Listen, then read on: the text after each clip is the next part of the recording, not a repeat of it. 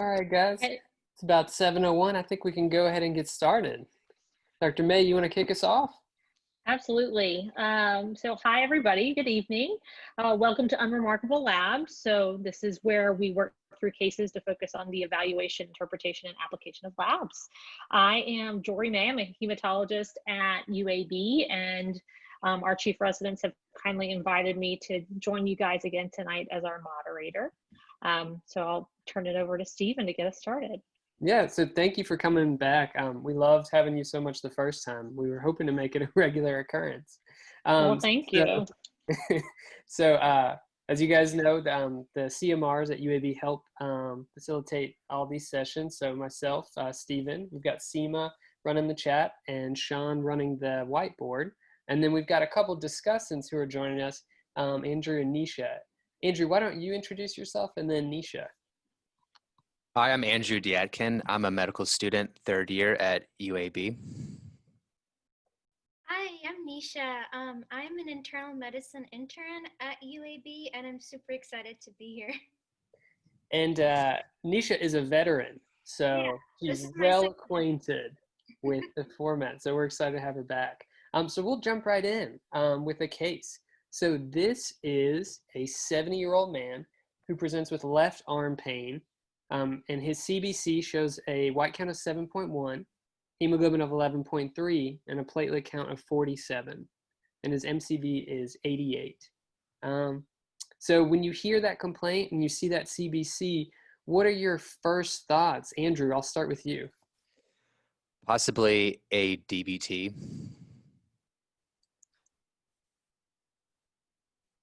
Okay, great. And can you connect the DVT and what when you look at the labs, what do you see? Well, I see a low platelet count, so possibly some coagulopathy, clotting. Absolutely. So something's causing those platelets to be low. Nishah, any additional thoughts that you had that might that were coming to your mind? So I agree with Andrew. The platelets are very low. It's 47 is pretty low. And then also the hemoglobin, 11.3, that's low. And especially because he's a male and in the 70s, I mean, I wouldn't expect it to be low. And when you see those two things together, you mentioned the anemia and the thrombocytopenia. Does that prompt anything additional? I think you're right to point out both of those things. So when I'm thinking decreased red blood cell count and then, decreased hemoglobin and decreased platelet count, I'm thinking of like either I would categorize those into two categories. So like either decreased production or increased destruction is what I'm thinking. Okay, great. So it sounds like you have a schema in mind that you were wanting to apply. Yeah. Okay, great. Well, Dr. May, can you help us maybe flesh it out even more? Yeah, Nishah, I think that's, both great points from Nishah and Andrew. I think concern, I think Andrew was getting at the idea of in the setting of thrombosis, do we have some sort of consumptive process that then causes thrombocytopenia? But I think Nishah's point, just a general step back on how you approach thrombocytopenia, we actually talked about how I like to approach anemia and that I use the reticulocyte count of saying that this is either a production problem or a consumption problem. And I would argue that you can really approach your differential for thrombocytopenia in a very similar way. Unfortunately, there are some places or some labs that actually will check an immature platelet fraction. That's not something that we frequently check at our institution, but some people may be familiar with that. But ultimately, that's kind of how I think about it. So is this a production problem? Is this a consumption problem? The third thing to think about in thrombocytopenia is sequestration as well. So just keeping in mind that that spleen can certainly suck away some platelets pretty quickly. So it's just kind of a third piece of how I think about my thrombocytopenia schema. So that would be kind of my first starting to think about those categories. Okay, great. And so now that we have this basic schema, what additional questions do you want to ask this gentleman? Andrew, I'll start with you.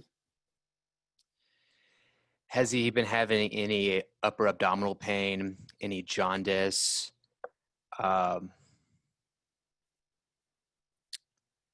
Any bleeding? Yeah, I think those are all great questions. So none of those. So no upper abdominal pain, no jaundice, no bleeding. Okay. Where were you going with that?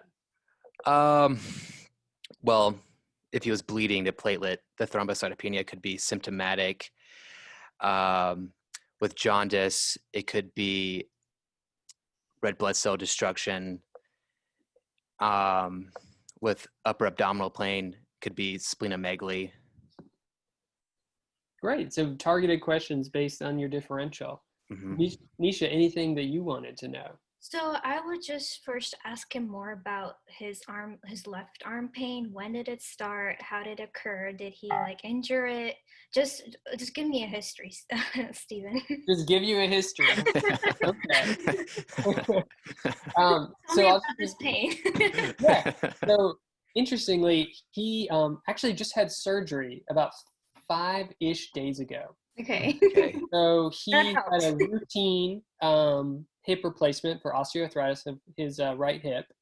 Got no complications, went home, and then a couple days later started experiencing this left arm pain. It's really his whole arm. It probably came on over a period of a few hours. Okay. And has just been persistent ever since then. That's all you get. Now you got to ask pointed questions. Okay. So it started a few hours ago. Can you describe the pain? Where is it located? Is it associated with swelling, tenderness, redness? Yeah. So it is the whole arm that's involved. It's painful. No obvious swelling or erythema that he appreciates. So I think you guys are both thinking about DVT, and that's certainly something to consider. I think that's a great point. Dr. May, with that information, where are you going with this? Yeah, so I think, your questions are great, right? So it's kind of thinking about your differential, but also really focusing in on, this had to be some pretty serious arm pain for this guy to come in and present. So really asking questions on what exactly that arm pain is and see if it helps narrow your differential. This kind of abrupt onset is very odd. But the biggest thing that kind of jumps to my mind is this is somebody who's been in touch with the hospital system recently. So we potentially did something to this patient is kind of how I think about it. It's not a coincidence likely that he had surgery 5 days ago. So already that's factoring into my differential, or what are the things that we can do to patients that actually can trigger thrombocytopenia. And I think, what I think about particularly, as a consultant in the hospital, what are the types of, the things that cause thrombocytopenia that are really terrible that I really need to not miss. So, right, so many things can cause thrombocytopenia. Platelets are kind of our most sensitive cell line. So if a patient is septic, if a patient, has something else going on, the platelets can always go down. But what are the things that are primary hematologic disorders that I just really don't want to miss? And I think in the chat, people are already kind of talking about these things, but my mind would already be going to these places of, I think we talked about, the idea of some sort of hemolytic or consumptive process, or thrombotic microangiopathies, something like TTP or DIC. More concerning in a patient who's recently been in the hospital and recently had surgery, you've got to think about heparin exposure, right? So heparin-induced thrombocytopenia is one of those catastrophic complications that you really don't want to miss. So already I'm a little bit concerned about this patient, and I want to make sure that I'm paying attention to kind of those really dangerous conditions associated with thrombocytopenia and ruling those out quickly. I think thank you for sharing that. So that low platelet count in the setting of recent medical contact really raises your alarms. Yes. And so, Andrew, when you're hearing alarm bells, how are you going to figure out if they're really ringing or not? How do I figure out the alarms are ringing? Yeah, it's a bad metaphor. Basically, what do you want to do next to figure out what's going on with this patient's thrombocytopenia? I would like to get a PT and a PTT. Okay. Perfect. Anything else that you want? Maybe some liver studies, Okay. like an albumin, INR. Sounds great. And then Nishah, what are you thinking? So, I was thinking that, I mean, labs sound great, but what about like medications that he's received recently? I think that would be something that we should check first before, Uh-huh. I mean, also like check labs, but also like check what his history is with meds and see if that's causing the issue. Yeah, I think that's a great point. So I'll start with the medications, and then we'll ask Dr. May if she has anything additional, and then I'll give those labs. So I think a lot of people in the chat keep putting out the 4T score. I will say, when he was in the hospital, he actually did not get any heparin. That was one of our first thoughts. Aspirin is actually commonly used for thromboprophylaxis in orthopedic surgery, so he had no heparin exposure. He's on aspirin, ibuprofen, and losartan. Those are his only medications. So Dr. May, where would you be going next with this? I think Nishah and Andrew have made some really good questions. What would you add? Yeah, I think both of your points are great. So, checking coags, you're thinking about maybe DIC or some sort of consumptive process that could be going on. I think that's important. And absolutely, Nishah, I'm all about meds, and even knowing what his platelet count was, really getting those outside hospital records. As painful as it is for us to get outside hospital records, it's necessary because we need to know the trajectory. So was his platelet count normal when he left the hospital? How has this changed over time? The thing about heparin exposure, I will add, is that we can be talking about a heparin flush that may not have been documented. So though I understand that we say we looked thoroughly through the outside hospital records, it didn't happen at our hospital. I always would err on the side of caution of saying we don't necessarily know that there was absolutely zero heparin exposure. So I wouldn't rule it out just yet. But I do think that my first test in somebody who is thrombocytopenic that I am concerned for some sort of catastrophic problem is actually going to be a peripheral smear. So again, not an easy test to necessarily get, but it's really helpful. So, again, calling your hematology colleagues to go look at a smear with you if you're not quite comfortable with it. There's some things that I would look for to help me narrow my differential. I mean, I think the first thing is that, right, whenever a thrombotic microangiopathy is in the differential, if you're ever concerned about that, looking at a smear and making sure there are not schistocytes there. So, again, TTP is one of those diagnoses you just don't want to miss. So that is what your peripheral smear is for. The other thing is that actually looking at the peripheral smear, you look at the other lineages, which is always helpful, but the size of the platelets is actually helpful. So we talked about kind of some of the indices in the CBC. There's a mean platelet volume, which actually is an estimation of kind of the size of your platelets. Nothing's better though than actually looking at the smear yourself and looking at the size of the platelets. So the way that I think about it is that if you have a production problem, meaning that your megakaryocytes in your marrow are just not working well, they spit out these kind of like sad, sluggish looking small platelets, right? They just like, you gave them chemotherapy, you knocked out the megakaryocytes, they can't make anything. However, if you've got a patient with a consumptive process, their megakaryocytes are working just fine. So they produce these large, juicy platelets that actually have increased function. So even though the platelet number is lower, they attempt to maintain the platelet mass. So if you see a bunch of large platelets on peripheral smear, that's going to make you more concerned for some sort of consumptive process.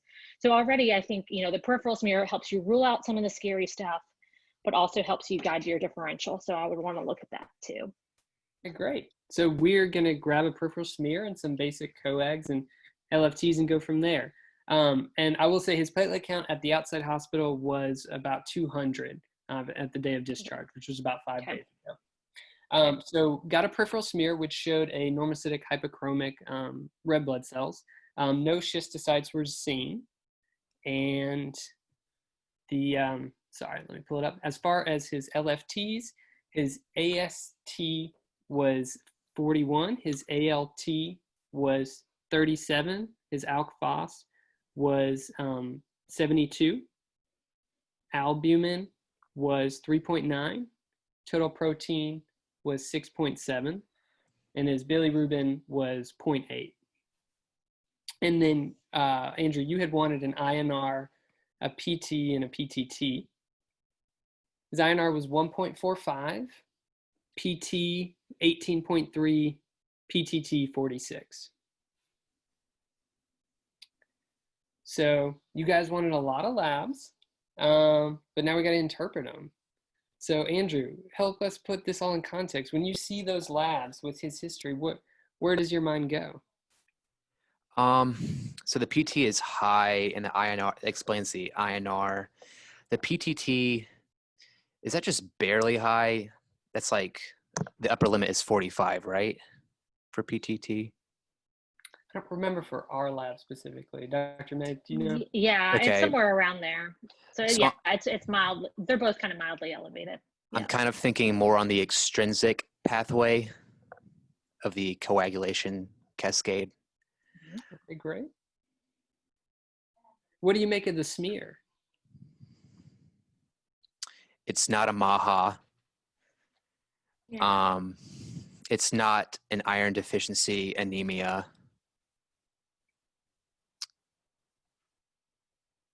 That's it. That's Yeah. great. That's I think that's perfect. So sometimes you go to all this effort to look at the smear and there's nothing there that really helps you, and that's okay too. So it's ruled out a lot of stuff for you. And I think too, so your point on the coags is interesting, that really it looks like the PT is more prolonged than the PTT.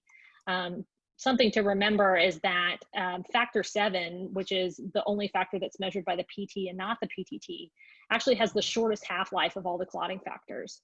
So if you do have some sort of consumptive process like DIC or even early vitamin K deficiency, actually your PT will prolong first and prolong more just because the factor 7 half-life is longer. So you do wonder if maybe there's some D or something else going on there. So those coags were a good call. Could I also ask, does this also rule out TTP and ITP? So that's a great question. So TTP and ITP, two names are similar to very different diagnoses, right? So TTP is can be a congenital, but more commonly an acquired deficiency of what we call ADAMTS13, which is this enzyme responsible for breaking up von Willebrand factor. We can spend a whole hour talking about TTP, but basically in the absence of schistocytes, right, that's going to be a hallmark feature. TTP would be exceedingly unlikely because it is a thrombotic microangiopathy, where basically you get these microthrombi in the vasculature, and as a red cell passes by that microthrombus, it develops a schistocyte. So I am reassured that I don't think this is TTP. ITP, however, so this is immune thrombocytopenia, is an immune consumptive process. So it's actually a diagnosis of exclusion. There's no diagnostic test that we can send to confirm ITP. What I would expect to see on the peripheral smear in a patient with ITP would be those really large platelets, if there are any platelets, right? Because that is kind of the typical immune consumptive process. Your megakaryocytes are working just fine. Your immune system is just chewing up your platelets too fast. So we didn't see a comment of, giant, large platelets. Doesn't mean it's not ITP, but that's maybe a little bit lower on my differential right now, because sometimes you will see that. And you certainly wouldn't expect to see any sort of abnormality in the coags. I have a hard time tying it to this arm pain, which I still don't understand. If it is a thrombosis, certainly in ITP, we don't see that. So those are kind of good diagnoses to think about and distinguish. All right, great. So thank you for that feedback. As far as the peripheral smear, they didn't specifically comment on the platelets, but we do have an MPV, which in our lab is in the normal range. Okay, perfect. So we've got a guy with left arm pain. We've made some progress on what might be going on, but we don't quite have a diagnosis yet. There were some calls in the chat. They brought up a concern that you guys had mentioned as well about DIC. And a few people had asked for fibrinogen and for Ddimers. So I'll share those. The fibrinogen was 495 and the D-dimer was greater than 20,000. Helpful, not helpful? Nishah, what do you think? Helpful. That's Okay. very helpful. So that's an increased fibrinogen, and then the D-dimer is very, very elevated. So, I mean, I would be more concerned about a venous thromboembolism looking at those two now. Okay, great. And Dr. May, just for completeness sake, could you help us, if this were DIC, what should we be looking for? Yeah, so I think a lot of times, DIC is kind of this nondescript category that we kind of label on certain things, but I like to remind people that there actually are diagnostic criteria for DIC. So the International Society of Thrombosis and Hemostasis, ISTH, recently kind of combined a bunch of different definitions and have criteria for what is DIC. And we can Google it. I don't remember all of the details of the categories off the top of my head, but I'm pulling it up here. But ultimately, I think a lot of people look to the fibrinogen as an indicator of DIC. So if the fibrinogen is normal, then this is not DIC. And I disagree with that, and the definition disagrees with that, because basically fibrinogen is also an inflammatory marker. So in someone who is acutely ill, a lot of times it can go up. So what's going to be your most sensitive markers is really that D-dimer. So a D-dimer through the roof is certainly concerning for DIC. Like we had mentioned, that initial prolongation in the ISTH criteria, actually it looks at the PT, not the PTT. And the reason for that, again, is that short factor 7 half-life. So your PT is going to be the first thing to rise, thrombocytopenia. So if I had to guess, if I were to calculate his ISTH DIC score, he would meet that criteria. So that certainly might be a potential explanation for, or at least partially contributing to his thrombocytopenia. I'm now, again, starting to be concerned about thrombosis, and we keep mentioning venous thrombosis, but I do wonder if we need to talk a little bit about arterial thrombosis. And I see Nishah nodding her head. It's totally possible to get both. Yeah, so tell me, I mean, when you think about an arterial thrombosis in the peripheral area, I mean, what is the symptoms or presentation that you would potentially expect? Do you have any ideas? Yeah, so those would present more like pallor, paresthesia, just cold feet, like cold extremities. I'm missing out on some of them. They're the five. No, I think that's great. And it can be really painful too, and kind of sudden, right? So if you all of a sudden cut off, the arterial, this is your blood supply. This isn't just venous congestion. This is acute tissue ischemia. That can be very painful. So I do wonder if we need, again, we haven't even gotten to the exam yet, but already I'm thinking a little bit more along those lines. Yeah. So it sounds like you guys want an exam. So you take a look at his arm. Not swollen. It is diffusely tender. The elbow all the way to the fingertips. And it feels slightly cool. There's no palpable cord. He's got intact sensation, still able to move that arm without any problems with range of motion. No obvious synovitis in any of the joints in that arm. The remainder of his exam, he's just in a lot of pain, in distress from that, but otherwise unremarkable. Andrew, yeah. What do you make of that now that we have that new piece of information? Just because there's no edema, it doesn't rule out thromboembolism. Slightly cool makes me think more that it's arterial, because I think a venous would be warm. Diffusely tender, I'm not really sure what to make out of that. If there's preserved sensation and nerves, I'm not totally sure. Yeah, so it sounds Andrew, like. I'm sorry. Oh, sorry. No. I was just gonna affirm what you were saying, that I think, already that kind of coolness is something that makes me more concerned for arterial. And it's never the textbook, right? You don't all of a sudden lose sensation, motor activity, and all of that at once, depending on where the thrombosis is. But I think you make some great points of, we don't know for sure what's going on, but certainly that would be a concern. Can we get more of his past medical history? I mean, because he's diffusely tender, I mean, we want to make sure he's not having a concurrent infection too. And it would be really nice to know if he has like underlying comorbidities that may put him at risk. Sure. Yeah, so he has hypertension. He's got osteoarthritis in his bilateral hips, and he's got hyperlipidemia. And that's about it. He's a pretty healthy 70-year-old man. Has he been having any weight loss? No, he's been doing fine.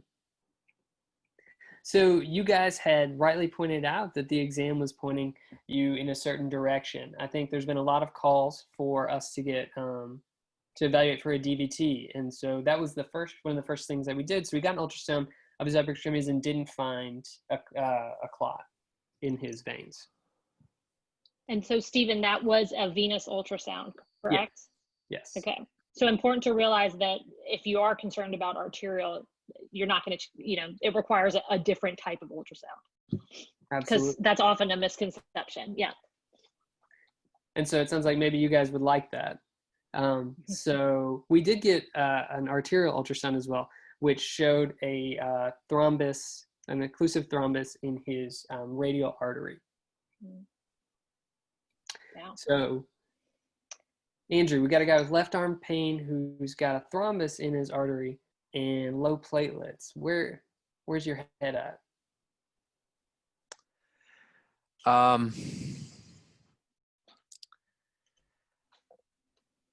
I'm thinking possibly DIC,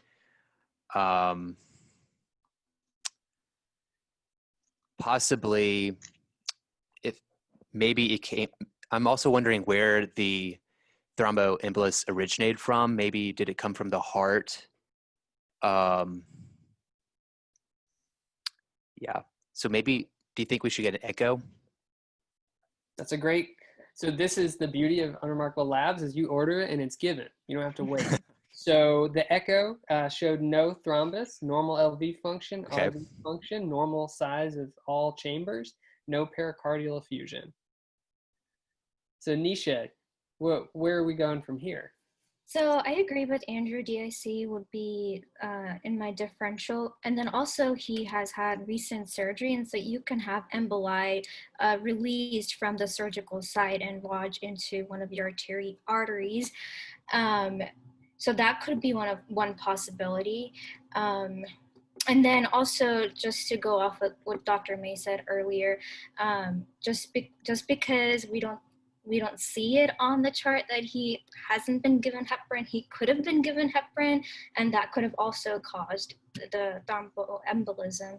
And then he could also have some like bone marrow, like myelodysplasia that we aren't aware of, and he's having concurrent like thrombocytopenia.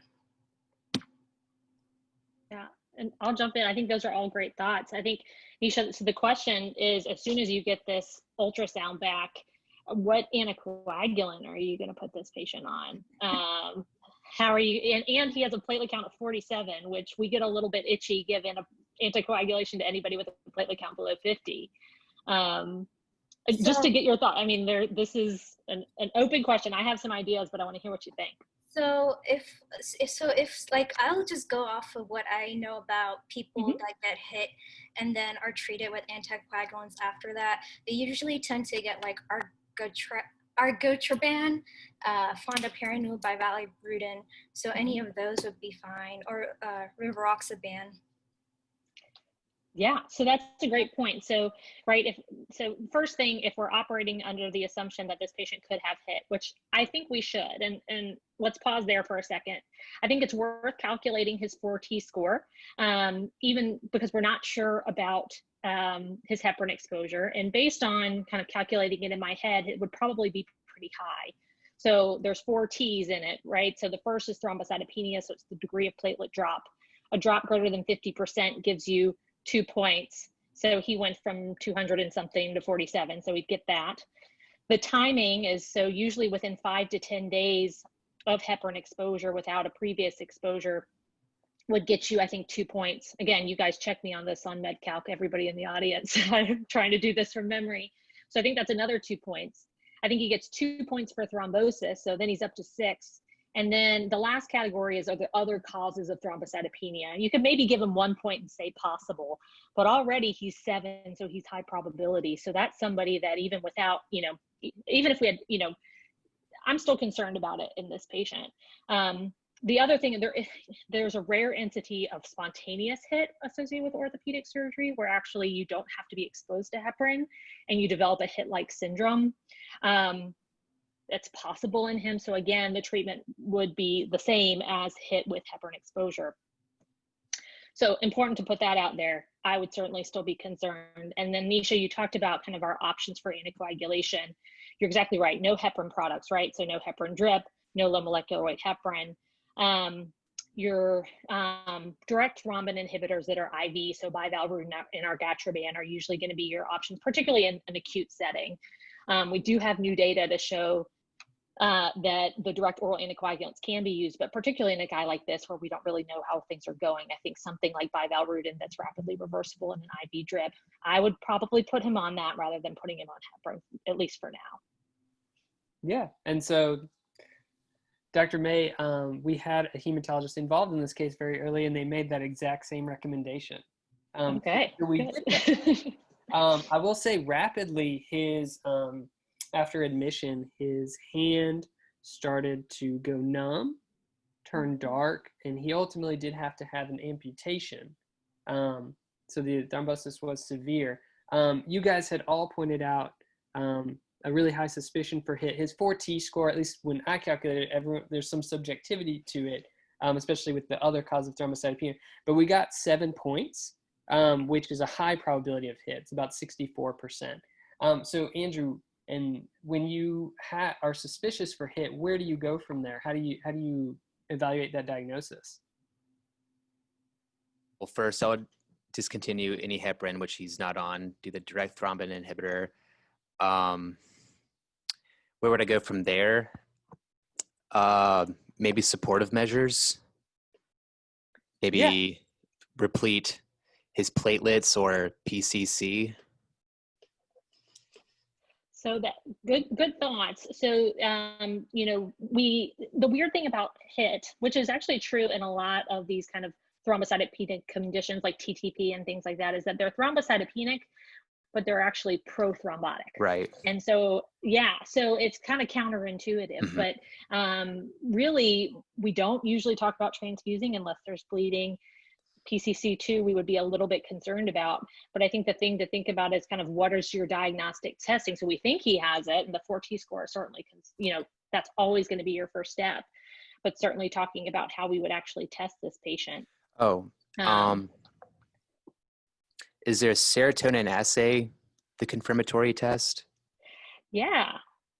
So there's 2 tests that we send. So HIT testing is really confusing. So it's not very user friendly, but you are exactly right. The serotonin release assay is part of that. So every institution is a little bit different, but most institutions, the way it works is that you have a screening assay, which is usually an ELISA, looking for the presence of an antibody. And then you have a confirmatory assay, which is a functional assay looking for overactivity of platelets, usually in response to serotonin, which you mentioned. So the ELISA, the HIT antibody test, is overly sensitive, right? So what it does is it looks for the presence of antibodies to the heparin PF4, so the platelet molecule complex.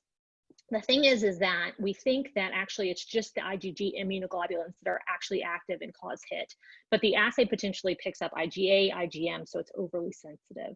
So that's why we send that test first. At UAB, we run that in-house. And then if that's positive, then you reflex to this functional assay, which actually looks to see, do these immunoglobulins have the functional capacity for platelet activation, which is what is part of the pathophysiology of HIT. A lot of places, that's a difficult assay to run. It's a send out assay. It takes time. So that's why it's important to talk about, if you're concerned for HIT, kind of like if you're concerned for TTP, you don't wait for the lab to tell you what it is. You have to start treatment immediately. Same here. And, you know, again, we're kind of anchoring on this diagnosis of HIT. But given this patient, you know, is progressing and things are getting worse, you need to kind of act in a way that he's, you know, this is potentially what you're doing. You can't wait for the serotonin release assay to come back to stop his heparin. So I think that's a really important piece as well. Dr. May, one of the questions that came up in the chat kind of on, I know we're talking a lot about HIT, but when you hear an upper extremity arterial thrombosis, does your mind go elsewhere based on the geography of that clot, or what are you thinking through when you hear about that? Yeah, so I think that's a great point. So, you know, arterial thrombosis and venous thrombosis are 2 very different worlds. And I think as internal medicine people, I think we are very comfortable with venous thrombosis, and arterial thrombosis is usually sent to our surgical colleagues or somebody else. But when I think about the pathophysiology of arterial thrombosis, this is a different pathway, right? So in venous thrombosis, we're talking about coagulation factors. We're usually talking about, you know, some sort of clot forming because of an abnormality there. Whereas in arterial thrombosis, the main drivers are twofold: atherosclerosis or embolism. So, you know, when Nishah was asking about past medical history, so knowing if this guy has an atherosclerotic history, certainly be concerning. Does he have a history of peripheral artery disease, where we would worry about plaque rupture being the etiology? Kind of less likely here, right? Everybody's kind of mentioning this idea of embolism. So a clot coming from somewhere else and embolizing to that distal artery is the second kind of most common cause of an arterial event. The other things you mentioned too is, you know, something about anatomy. Is there something abnormal in the radial artery? Did he have some instrumentation at that site? You know, did he have an art line for some reason at the outside hospital that would also disrupt the flow? I think that's important to think about as well. But, you know, embolism can really come from anywhere. So I think thinking about the heart is important. With orthopedic surgery, you also think about fat embolism potentially, but that doesn't necessarily go kind of to a peripheral upper extremity. Usually we think about that potentially more of a pulmonary embolism or a stroke to the brain, something like that would be a more common site. But those are just kind of my initial thoughts when I think about kind of this peripheral site. I certainly am concerned of an embolism from somewhere, but you know, hard to know for sure.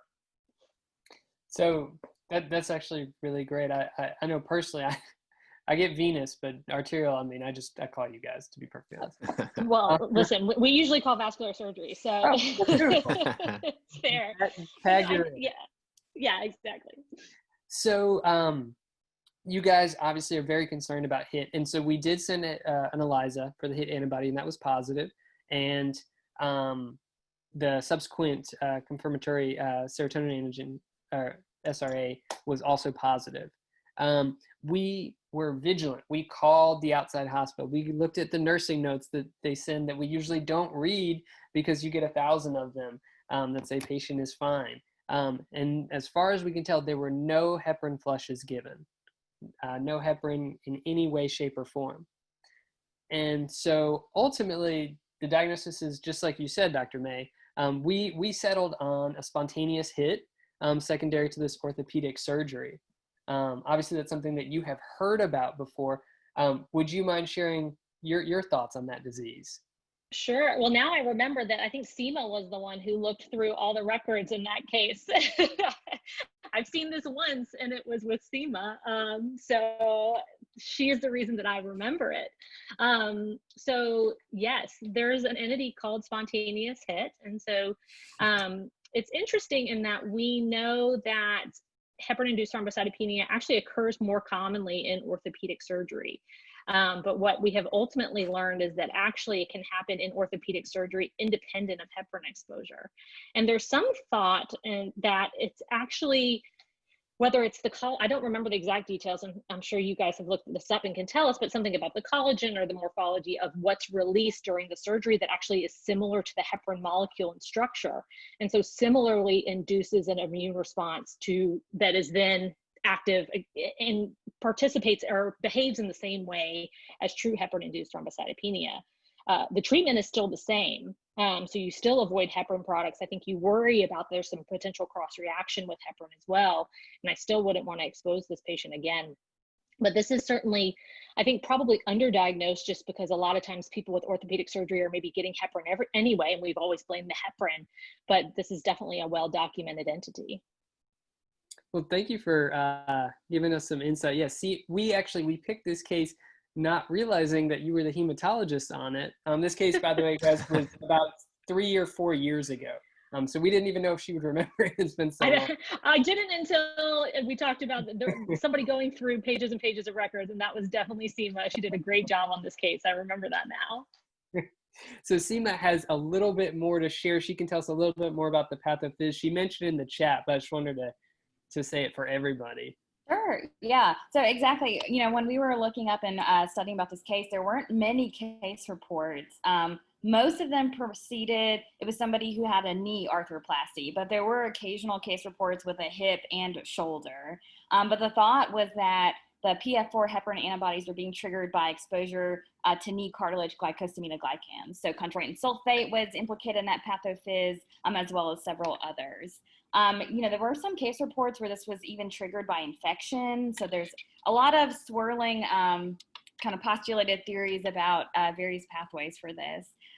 There is a proposed diagnostic criteria, which is pretty, I guess when you look at it, it's a little obvious. So, they basically are saying, well, is this thrombocytopenia without an alternate explanation, which is a very easy criteria to say. But then when you think about what that means, it's really difficult to say when you're going to call it that. The second criteria would be thrombosis.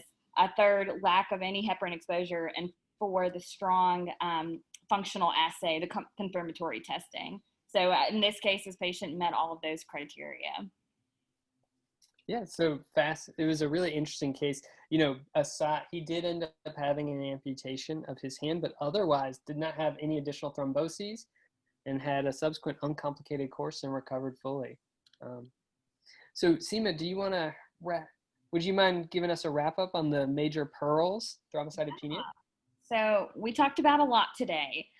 So kind of thinking back to when we talked about anemia and a couple of weeks ago and how to divide that into production and consumption. With platelets, we're going to think about three big categories. So production, consumption, and sequestration.